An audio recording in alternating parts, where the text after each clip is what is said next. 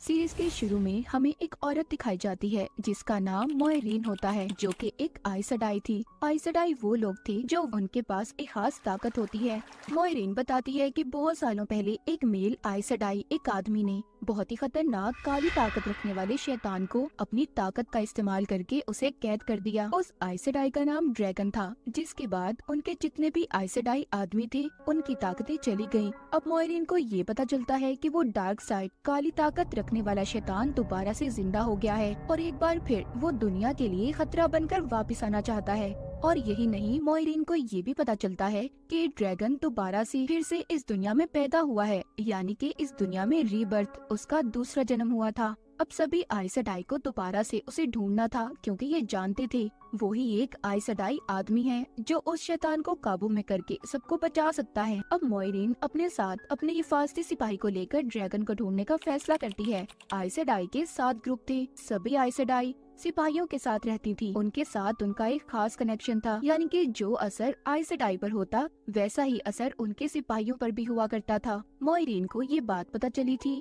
कि एक गांव में 4 लोग ऐसे हैं जिनमें से एक ड्रैगन हो सकता है, इसीलिए वो अपने सिपाही को लेकर उस गांव के लिए निकल जाती है। इसके बाद हमें उसी गांव का सीन दिखाया जाता है। वहीं पर कुछ औरतें एक लड़की जिसका नाम एक्विन था उसका टेस्ट ले रही थी। ये सभी औरतें आइसडाई तो नहीं थी, पर लोगों की मदद किया करती थी। यही पर इन्हीं औरतों की लीडर एक्विन को अपनी टीम में शामिल होने का कहती है, क्योंकि वो टेस्ट में पास हो चुकी थी। तो इसी खुशी में उसके दोस्त एक बार में उसे पार्टी देते हैं। वहीं पर मोइरीन भी पहुंच गई थी। पार्टी के बाद एक्विन अपने एक दोस्त से अकेले में मिलती है जिसका नाम रायन था। रायन एक्विन को पसंद करता था और उससे शादी करना चाहता था, पर जब उसे ये बात पता चलती है कि एक्विन उन्हीं सिपाही औरतों की लीडर बनना चाहती थी, तो वो उससे नाराज हो जाता है, क्योंकि वो जानता था कि एक लीडर ना तो कभी शादी कर सकती है और ना ही बच्चे पैदा। उसे अपनी सारी जिंदगी लोगों की हिफाजत करके ही गुजारनी होगी। आगे दिखाया जाता है कि मोइरीन एक लड़की के पास जाती है जो इस गांव की तो नहीं थी, जिसका नाम ननेव था। ननेव सभी आइसडाई से नफरत करती थी, इसीलिए वो मोइरीन के भी किसी सवाल का सही से जवाब नहीं देती। यहीं पर मोइरीन का सिपाही उसे बताता है उस शैतान की आर्मी इस गांव पर हमला करने आ सकती है, क्योंकि वो जान चुका है कि ड्रैगन दोबारा से एक नए रूप के साथ पैदा हुआ है। इसीलिए हमें जल्दी कुछ न कुछ करना होगा। इससे पहले ये कुछ कर पाते, गांव में रात को शैतानी आर्मी हमला कर देती है। उसकी आर्मी दिखने में आधी इंसान और आधी जानवर थे। इस हमले में सभी उनका मुकाबला करते हैं। रायन का दोस्त तो इतना पागल हो जाता है कि वो अपनी ही बीवी को गलती से मार देता है। यहीं पर अब मोइरीन अपने सभी ताकतों का इस्तेमाल करती है। उसने सभी शैतानी आर्मी को जख्मी कर दिया था। शैतान की आर्मी ननेव को उठाकर अपने साथ ले गई थी। उनके जाने के बाद मोइरीन रायन और एक्विन उनके दोस्तों को ये बताती है कि तुम चारों में से ही कोई मेल ड्रैगन आइसडाई है जिसने पहले शैतान को कैद किया था, पर अब उस शैतान को वापस से ड्रैगन की दुनिया में आने का पता चल गया है, इसीलिए उसने अपनी आर्मी से यहाँ पर हमला करवाया। अगर तुम अपने गांव की हिफाजत चाहते हो तुम्हें मेरे साथ शहर व्हाइट टावर चलना होगा। अब चारों अपने गांव को नुकसान पहुंचाना नहीं चाहते थे, इसीलिए मोइरीन के साथ चलने के लिए तैयार हो जाते हैं। इसके बाद हम कुछ लोगों को देखते हैं जो जंगल में कैंप लगाकर रहा करते थे। उन सभी ने सफेद कपड़े पहने हुए थे, इसीलिए उन्हें व्हाइट आर्मी कहा जाता था। वो आइसडाई औरतों को बहुत बुरा समझते थे जो अपनी ताकतों का इस्तेमाल कर सकती थी। वो वहाँ पर एक आइसडाई लड़की को जलाकर मार रही थी। व्हाइट आर्मी का एक आदमी उसकी अंगूठी को उतारकर अपने पास रख लेता है। उधर गांव में शैतान की आर्मी मोइरीन और बाकी सभी के पीछे लग जाती है, इसीलिए मोइरीन अब दरिया से गुजरकर जाने का फैसला करती है। वो वहाँ पर एक कश्ती चलाने वाले आदमी को उठाती है जो सो रहा था और उसके साथ बाकी को लेकर दरिया के दूसरी साइड पर चली जाती है। और अब वो शैतानी आर्मी उस तक ना पहुँच पाए, इसीलिए ये कश्ती चलाने वाले को उसकी कश्ती के साथ ही पानी में डुबोकर मार देती है। अब सभी के सो जाने के बाद मोइरीन एक्विन को अलग ले जाकर बताती है कि अगर वो हवा की आवाज को सुन सकती है तो वो भी एक आइसडाई बन सकती है। और तभी एक्विन अपने अंदर उन्हीं ताकतों को महसूस कर पा रही थी। दूसरी तरफ हम देखते हैं रायन जब सो रहा था तो उसे अपने मुंह में अजीब सा कुछ महसूस होता है। वो जागकर जब अपने मुंह में हाथ डालता है तो उसे मरी हुई चमगादड़ मिलती है, जिसके बाद उसे अपने सामने एक लाल आंखों वाला इंसान खड़ा नजर आता है। पर थोड़ी देर बाद उसे ये पता चला था कि ये सिर्फ उसका एक डरावना सपना था। जब ये जाकर इस सपने के बारे में अपने दोस्तों को बताता है तो वो हैरान हो जाते हैं। हैरानी इस बात की थी उन सबको भी यही सपना आया था और उनके सामने मरी हुई चमगादड़ें पड़ी थी। रायन को ऐसा लगने लगा था कि मॉयरीन उनके साथ ये सब कर रही है, पर उसके दोस्त उसे मना करते हैं और रोक लेते हैं क्योंकि वो जानते थे इस वक्त वही है जो उन चारों को बचा सकती है। इसके बाद जब ये अपने सफर में आगे बढ़ती है तो मॉयरीन का सिपाही बताता है कि आगे जाकर इनका सामना एक व्हाइट आर्मी से होगा जो आइस सेडाई औरतों की दुश्मन थी और उन्हें जलाकर मार दिया करते थे। इसीलिए वहाँ तक पहुँचने से पहले मॉयरीन अपनी आइस सेडाई वाली अंगूठी उतार कर अपने सिपाही को छुपाने के लिए दे देती है। जब ये थोड़ा सा आगे जाती है तो व्हाइट आर्मी ने इन्हें रोक लिया था, पर मॉयरीन इन्हें बताती है कि मैं तो बस अपनी बहनों से मिलने के लिए जा रही हूँ। कुछ हद तक उसने इनके शक को दूर कर दिया था और अपना जख्म दिखाकर जो उसे शैतान की आर्मी ने दिया था, इस वजह से वो व्हाइट आर्मी इन्हें जाने देते हैं। थोड़ा सा आगे जाने पर मॉयरीन की हालत उस जख्म की वजह से खराब हो रही थी, मगर वो अपना इलाज खुद से नहीं कर सकती थी। उसे किसी दूसरी आइस सेडाई की जरूरत थी। आगे जाने पर रात को ये लोग एक जगह पर रुककर सो जाते हैं। तभी एक विंड देखती है कि शैतानी आर्मी इनका पीछा करती यहाँ तक भी आ गई थी। इसीलिए अब मॉयरीन का सिपाही मॉयरीन के लाख मना करने के बावजूद उन्हें एक ऐसे शहर में ले जाता है जहाँ पर एक हादसे की वजह से वहाँ के सभी लोग मर गए थे, जिसके बाद वो शहर सुनसान और वीरान रहने लगा था और वहाँ पर कुछ अजीब ताकतों ने अपना कब्जा कर लिया। यहाँ तक कि शैतानी आर्मी भी इस शहर के अंदर नहीं आना चाहती थी। ये इतना खतरनाक था। यहाँ पर मॉयरीन का सिपाही सभी को उनकी जान बचाने की खातिर ले तो आया था,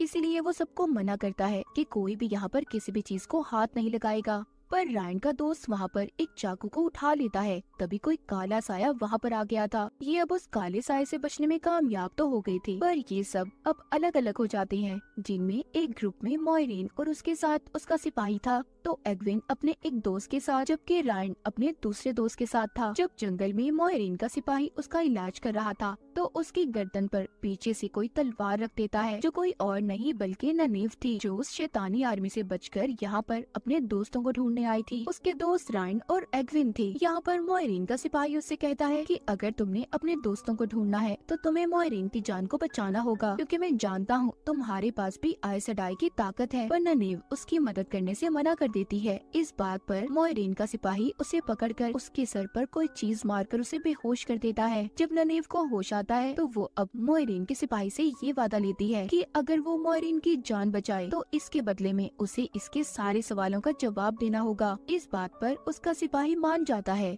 अगले सीन में हम एग्विन और उसके साथ उसके दोस्त को देखते हैं। एग्विन के दोस्त को सपना आता है जिसने गलती से अपनी बीवी को मार दिया था। वो देखता है कि एक भेड़िया उसकी बीवी की लाश को खा रहा है, पर जब इसे होश आता है तो सच में इनके पीछे भेड़िए लग गए थे, पर एक जगह आने पर उनके पीछे कोई भी नहीं था। ऐसा लग रहा था कि जैसे वो भेड़िए इनको कोई रास्ता दिखाना चाहते थे। उधर दूसरी तरफ रायन अपने दोस्त को लेकर एक शहर में पहुंचता है जहां पर एक आदमी की लाश को मारकर लटकाया गया था। पहले तो ये दोनों बहुत ज्यादा डर जाते हैं। जब ये आगे एक बार में जाती है तो वहाँ पर रायन के दोस्त की जेब से एक आदमी पैसे चुरा लेता है। अब क्योंकि इनके पास पैसे भी नहीं थे तो ये बार में काम करके यहीं पर रहने का फैसला करते हैं।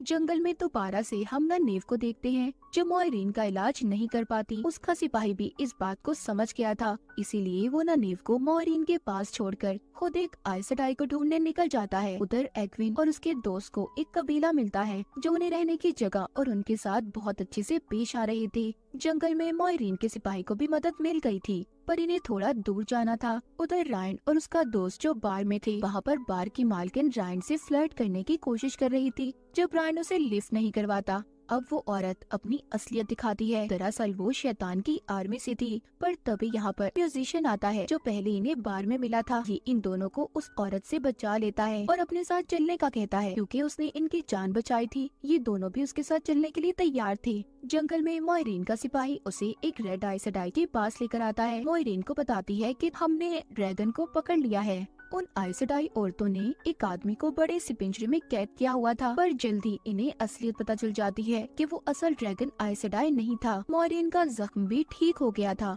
उधर रायन को वो म्यूजिशियन आदमी बताता है कि तुम्हारे दोस्त ने जो काली ताकतों के शहर में चाकू को उठाया था, वो अब उन्हीं काली ताकतों के कंट्रोल में है, इसलिए तुम्हें अपना ख्याल रखना होगा। रात को रायन जब सो जाता है तो उसे फिर से एक सपना आता है जिसमें उसने वही लाल आंखों वाला आदमी दोबारा से देखा था। पर जब उसकी आँख खुलती है तो जिस घर में वो रह रहा था वहाँ पर देखता है वो सभी घर वालों को किसी ने मार दिया था। उसकी नजरें अपने दोस्त पर पड़ती हैं जिसने वही चाकू पकड़ा हुआ था। अब रायन और म्यूजिशियन को ये लग रहा था कि सबको उनके दोस्त ने मारा है, पर वहाँ पर उन्हें शैतानी आर्मी नजर आती है। म्यूजिशियन और रायन उनका मुकाबला करते हैं और वहाँ से रायन अपने दोस्त को लेकर भाग जाता है। उधर दूसरी तरफ आइसडाई के कैंप पर अंदर कैद आदमी ने भी खुद को आजाद कर लिया था। तभी उसके पास मॉयरीन आती है, अपनी 2 और साथियों को भी बुलाती है। ये तीनों अब अपनी ताकत का इस्तेमाल करके उसे कैद करना चाहती थी, पर तीनों की ताकतों से ज्यादा उस आदमी के पास ताकत थी। तभी एक आइसडाई को वो आदमी मार देता है। तभी वहाँ पर ननेव आती है जो अपनी ताकत का इस्तेमाल करती है,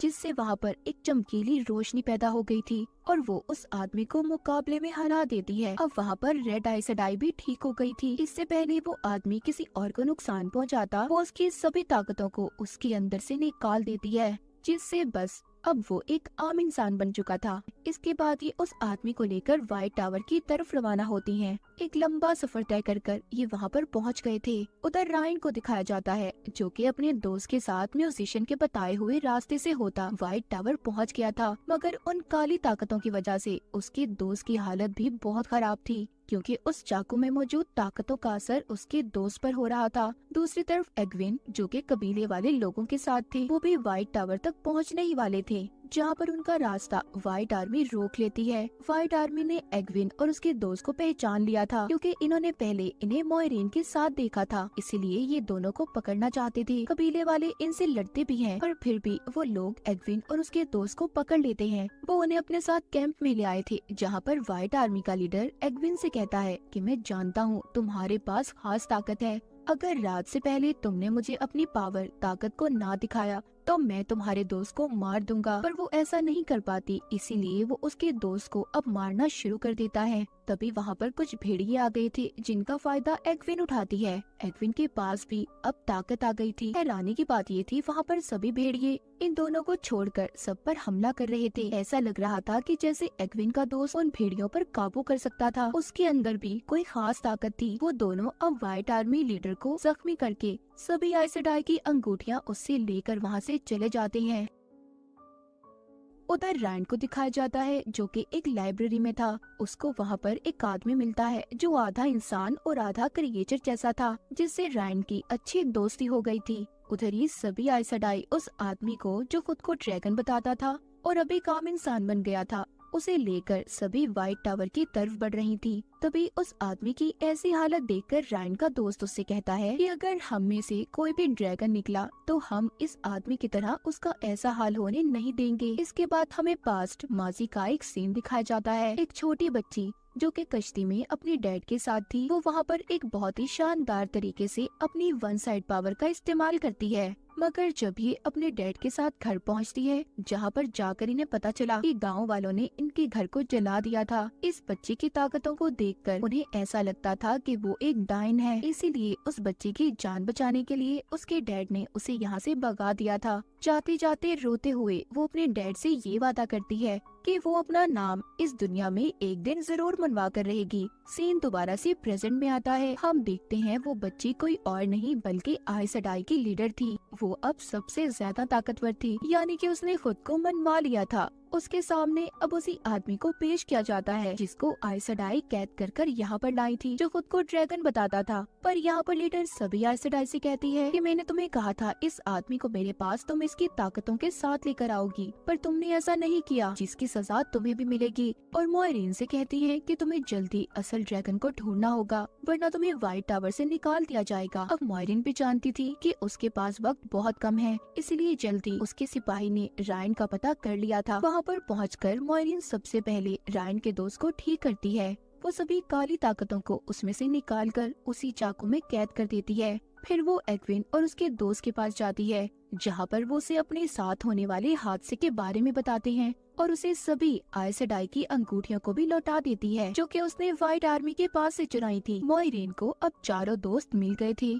इसलिए ये अपने लीडर के पास जाती है और उनसे कहती है कि हो सकता है कि वो चारों ही ड्रैगन हो या फिर ननीव, जिसके पास भी अलग ताकत है। इन्हें समझ नहीं आ रहा था कि कौन असली ड्रैगन होगा, इसलिए लीडर मोइरीन को आई ऑफ द वर्ल्ड जाने का कहती है। ये वो जगह थी जहाँ पर ड्रैगन ने शैतान और उसकी काली ताकतों को कैद किया था। वो कहती है तुम्हें सबको वहाँ पर लेकर जाना होगा और काली ताकतों का मुकाबला करना होगा। जो असल ड्रैगन होगा वो बच जाएगा और बाकी के जो लोग होंगे उनकी मौत हो जाएगी। अब मोइरीन उन सभी को काली ताकतों की दुनिया में ले जाने के लिए एक पोर्टल के दरवाजे के पास ले आई थी। इनके साथ रायन का एक दोस्त जाने से मना कर देता है, तो इसीलिए ये अब बाकियों को लेकर उस पोर्टल में चली जाती है। यहीं से हमें पास्ट का सीन दिखाया जाता है, जहाँ पर एक औरत जो माँ बनने वाली थी वो बहुत ही बहादुरी से अपने सभी दुश्मनों को मार रही थी। वहीं पर वो बच्चे को भी पैदा करने वाली थी। तभी एक दुश्मन उस पर तलवार को तान देता है। कहानी दोबारा से प्रेजेंट में आती है, जहाँ पर मोइरीन आई ऑफ द वर्ल्ड की तरफ बढ़ रही थी, तो एक काली ताकत इन पर हमला कर देती है। यहाँ पर एग्विन अपनी ताकत का इस्तेमाल करती है, मगर वो जो आधा इंसान और आधा क्रिएचर था उसने इन्हें ऐसा करने से मना किया था। वो जानता था कि अगर कोई भी आइस सेडाई यहाँ पर अपनी ताकत को इस्तेमाल करेगा तो उनके लिए बहुत बड़ी मुसीबत आ सकती है। इसलिए इन पर अब यहाँ पर बहुत सी काली ताकतें हमला करने लगती हैं, पर ननीव इन्हें अपनी ताकतों का इस्तेमाल करके बचा लेती है और मोइरीन जल्दी से इन्हें दूसरे दरवाजे से बाहर ले आई थी। अब ये इन्हें एक लड़की ऑरिगल के पास लेकर जाती है, जो आने वाले वक्त और इंसान को देखकर ये बता सकती थी कि वो कौन है। पर वहाँ पर जाकर इन्हें पता चलता है कि वो भी इस बात के बारे में नहीं जानती थी। रात को सोते हुए रायन को अजीब सपने आते हैं। वो अपने डैड को भी अजीब बातें करता सुनता है। इसके बाद वो दोबारा से उसी लड़की के पास जाता है जो आने वाले कल को बता सकती थी। वो उसे अब इस बार बताती है कि वो ही असल ड्रैगन है और वो अपने डैड का असल बेटा नहीं है। उसे उसके डैड एक जंग से उठा कर लाए थे। यहाँ पर हमें पता चलता है कि रायन उसी औरत का बेटा था जो बहुत ही बहादुरी से अपने दुश्मनों का मुकाबला कर रही थी। और रायन के पैदा होते ही वो सिपाही जिसने उस औरत पर तलवार को तान दिया था, वो उसे अपने साथ गांव में ले आया, जो हमने पास्ट में भी देखा था। सब बातों के बारे में जानने के बाद रायन मोइरीन के पास जाता है। अब वो अकेला ही उसके साथ आई ऑफ द वर्ल्ड में जाना चाहता था, ताकि उसके कोई भी दोस्त को नुकसान न पहुंच सके। या इसे हमें दोबारा से पास्ट में दिखाया जाता है, जब पुराने ड्रैगन ने लीडर की बात को नहीं माना और अपने आदमियों की आर्मी के साथ मिलकर शैतान को कैद कर दिया, जिससे उनका बसा बसाया हसीन शहर भी वीरान हो गया था। और अब उसी वीरान शहर से गुजरते हुए ये आई ऑफ द वर्ल्ड में जा रहे थे। यहीं पर रायन और मोइरीन जब थक कर आराम करते हैं, तो रायन को यहाँ पर एक बार फिर सपना आता है, जिसमें वो वही लाल आंखों वाले आदमी को देखता है।